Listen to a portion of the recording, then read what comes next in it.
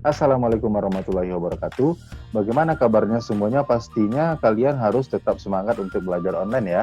Pada video pembelajaran kali ini kita masuk ke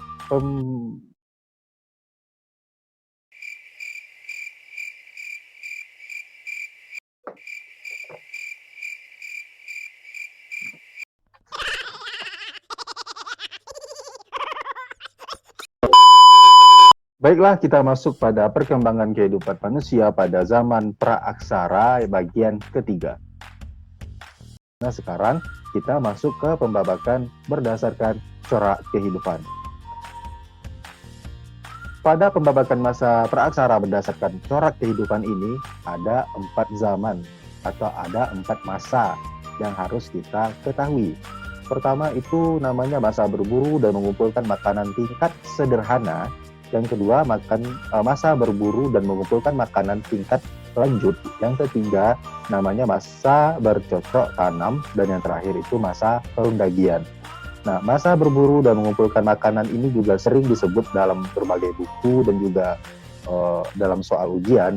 Ada istilah lainnya yaitu masa berburu dan meramu. Jadi itu sama saja ya. Baiklah, kita masuk kepada masa yang pertama, yaitu masa berburu dan mengumpulkan makanan tingkat sederhana. Pada zaman ini ada beberapa hal yang harus kita pahami, yaitu pada masa ini masyarakat praaksara itu memiliki sejumlah ciri-ciri. Apa saja ciri-cirinya? Mari kita lihat di sini. Yang pertama, masyarakat pada zaman itu ternyata memiliki akal dan kecakapan yang masih sangat terbatas. Berarti masyarakat pada zaman itu belum handal, belum terampil, jadi belum bisa berpikir seperti manusia. Jadi bisa dikatakan masih mirip kera gitu. Jadi belum bisa memiliki kecerdasan yang cukup untuk membuat benda-benda seperti itu. Lalu masyarakat ini hidup di dataran rendah umumnya, di dekat sumber air dan sumber makanan gitu. Maka pencarian pokok mereka itu, atau mereka mencari makan itu, berdasarkan berburu dan mengumpulkan makanan. Nah, mengumpulkan makanan dan berburu ini dikenal juga dengan istilah food gathering. Nah, lalu pada masa itu hidup secara berkelompok. Mereka hidup secara berkelompok dan tujuannya itu untuk saling melindungi satu sama lain begitu. Nah, masyarakat ini hidupnya masih berpindah-pindah sesuai lokasi tersebut. Misalnya sudah habis makanannya, dia mencari lokasi baru untuk tinggal dan menetap di sana. Jadi di sana terdapat makanan lagi. Dan kalau misalnya sudah habis lagi, mereka pindah juga mencari makanan yang baru atau lokasi di mana terdapat makanan yang banyak gitu. Jadi kalau misalnya makanan di lokasi tempat mereka tinggal itu habis, mereka akan pindah mencari lokasi yang baru. Itu namanya hidup berpindah-pindah atau istilahnya adalah nomaden. Nah, yang terakhir, alat-alat yang digunakan masih sangat sederhana pada saat itu. Masih terbuat dari potongan batu, tulang, dan kayu yang tidak dibentuk, masih dalam bentuk aslinya, jadi masih kasar kesannya. Itulah corak kehidupan manusia praaksara pada masa berburu dan mengumpulkan makanan tingkat sederhana. Kita lanjut kepada masa yang kedua. Sebelum kita lanjut, seperti inilah kira-kira ilustrasi dari masa mengumpulkan makanan atau berburu dan mengumpulkan makanan tingkat sederhana itu. Batu-batunya masih dalam bentuk asli. Mereka berburu masih memakai alat-alat yang sederhana gitu. Kita lanjut ke yang kedua, yaitu masa berburu dan mengumpulkan makanan tingkat lanjut. Jadi tadi tingkat sederhana, sekarang tingkat kelanjutannya. Berarti ada perubahan dari yang tadi. Ciri-ciri masyarakat pada masa ini adalah mereka sudah berburu menggunakan alat berupa kapak batu, tongkat, dan juga tombak kayu. Pada masa ini pun perburuan sudah menjangkau daerah yang cukup luas. Kalau tadi sebelumnya mereka berburu hanya di daerah sekitar tempat mereka menetap, sekarang mereka sudah menjangkau daerah yang lebih luas lagi dari daerah tempat mereka menetap atau tinggal. Nah, masih pada masa ini mereka masih mengumpulkan makanan. Jadi masih melakukan food gathering. Tidak hanya dilakukan di sekitar tempat mereka tinggal itu saja, tapi mereka sudah menjangkau lokasi yang jauh dari tempat tinggal mereka. Kalau sudah dapat makanan, mereka kembali lagi ke tempat mereka tinggal. Alat-alat yang digunakan sudah lumayan tajam dan sudah lumayan runcing, berarti sudah agak dibentuk daripada yang tadi ya. Dan mereka bertempat tinggal pada saat ini adalah di gua-gua, di mana di sekitar gua itu terdapat sumber makanan gitu. Mereka juga masih hidup berpindah-pindah tempat. Kalau misalnya persediaan makanannya sudah habis di dekat sana, mereka mencari gua yang baru untuk mendapatkan makanan lagi gitu. Nah, kita lanjut kepada masa yang ketiga, yaitu Bapak lupa lagi, ini juga ada ilustrasinya. Berarti perbedaannya itu terletak pada pertama adalah alat-alat yang digunakannya sudah mulai diruncingkan, berarti sudah mulai agak dibentuk ya, walaupun masih sederhana. Lalu yang kedua, mereka sudah menjangkau daerah yang sangat luas dibandingkan pada masa sebelumnya, yaitu masa berburu dan mengumpulkan makanan tingkat sederhana. Ini yang tingkat lanjut, mereka sudah ke tempat yang lebih luas lagi, tempat yang lebih jauh lagi gitu. Kita lanjut ke masa yang ketiga. Pada masa yang ketiga ini nama masanya adalah masa bercocok tanam. Pada masa bercocok tanam ini, mereka hidup sudah menetap, berarti tidak berpindah-pindah lagi. Mereka menetap di daerah dataran rendah, sudah secara berkelompok, dan mereka sudah memilih seorang pemimpin di antara mereka.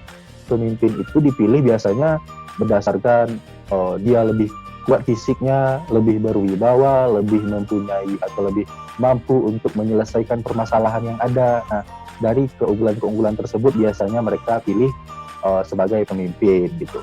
Pemimpin mereka itu dikenal dengan istilah primus inter pares. Sekali lagi, primus inter pares. Nah, ini yang harus juga kalian kuasai karena sering juga keluar dalam soal ujian gitu. Nah, arti primus inter pares ini adalah yang pertama di antara yang sama. Pada masa ini terjadi perubahan cara mengumpulkan makanan. Yang dulunya mereka mengumpulkan makanan dengan cara berburu, berarti masih melakukan food gathering.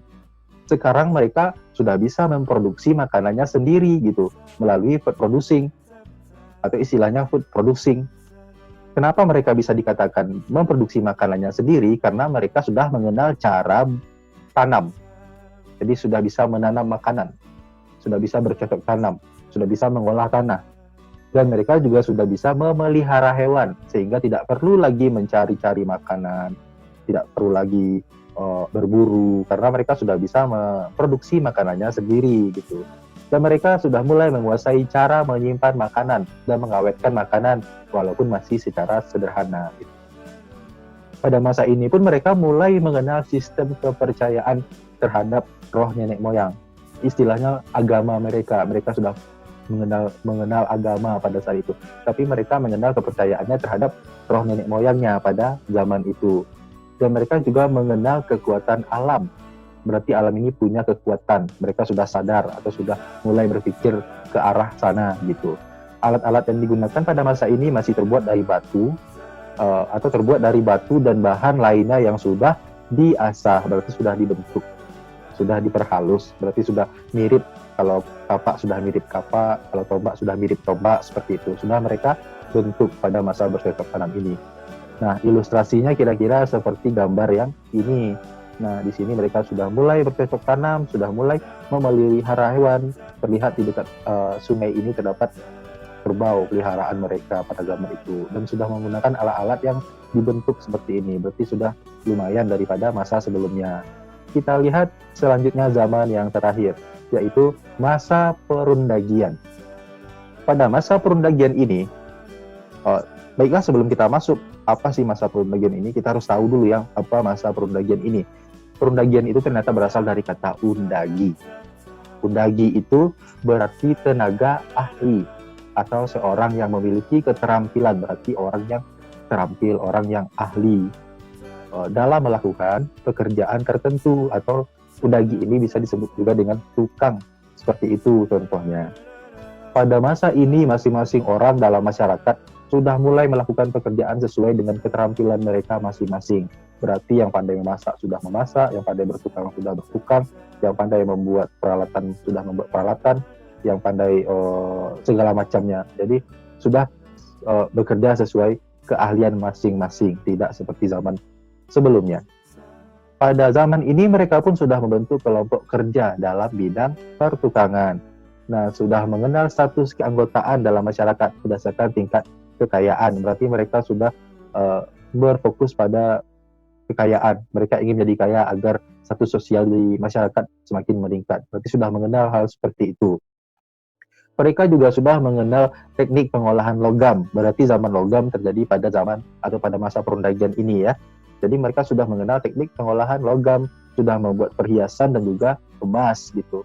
Sudah membuat tempat ibadah. Tadi mereka sudah mulai mengenal kepercayaan dan sekarang mereka sudah bisa membuat tempat ibadah yang terbuat dari batu-batu besar gitu.